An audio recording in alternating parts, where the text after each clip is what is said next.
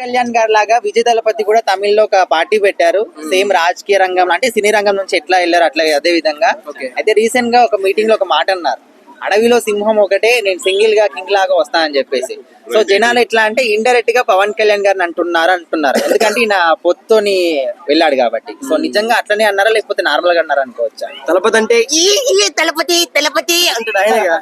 అయితే ఏంటంటే fans following ఉంటది అనమాట. అంటే తమిళ ఇండస్ట్రీలో ఇటు side power star Pawan Kalyan గారు ఎలాగో అలాగే అటు సైడ్ కూడా తలపతి కూడా అలాగే అనమాట. అయితే పార్టీ పెట్టారు. పార్టీ చూసి అంటే హీరోయిజం చూసి సినిమాలో వేరు ఉంటుంది అనమాట.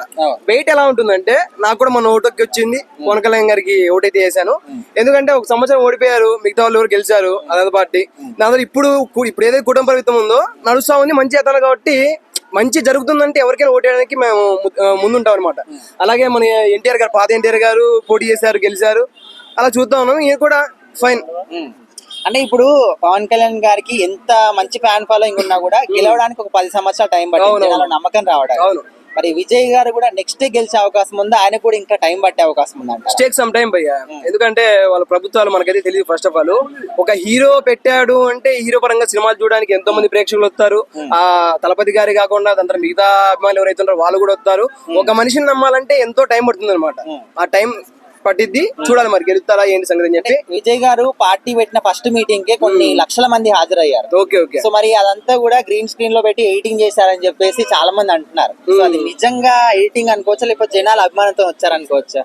మాట్లాడే మాటలు ఎన్నైనా మాట్లాడతారు. మీరే మాట్లాడతారు, సారీ ఫర్ దట్. నేనే మాట్లాడితే ఎన్నే మాట్లాడతామంట. అంటే అక్కడ ఉన్న జనాలకి ఆయన ప్రేక్షకులు అంటే ప్రేక్షకుల ప్రేమను ఎంతలా పొందాడో మనకైతే తెలియదు కదా. వచ్చిండొచ్చు, చెప్పలేము. తలపతి గారి కంటే అటు సైడ్ క్రేజ్ మామూలు లేదు. వచ్చిండొచ్చు, వాళ్ళు మాట్లాడేటోళ్ళు వాళ్ళకి తెలియదు అంతే. అక్కడ హాజరైంటే వాళ్ళు తెలిసి ఉండొచ్చు అంతే. ఇప్పుడు మరి పవన్ కళ్యాణ్ గారు ఇప్పుడు దేశవ్యాప్తంగా కూడా మంచి పేరు తెచ్చుకున్నారు. ఆంధ్ర రాష్ట్రానికి డిప్యూటీ సీఎం అయినప్పటికీ కూడా మరి విజయ్ గారు కూడా అంత స్థాయికి వెళ్తారనుకోవచ్చా? వెళ్ళాలనే కోరుకుంటాం భయ్య. ఎందుకంటే ఒక పార్టీ పెట్టారు అని అంటే ప్రజల మీద నమ్మకంతో పెడతారు. అంతేకాకుండా వాళ్ళకి డబ్బులు రావాలంటే కోట్లలో రెమ్యునేషన్ ఉంటుంది చెప్పాలంటే.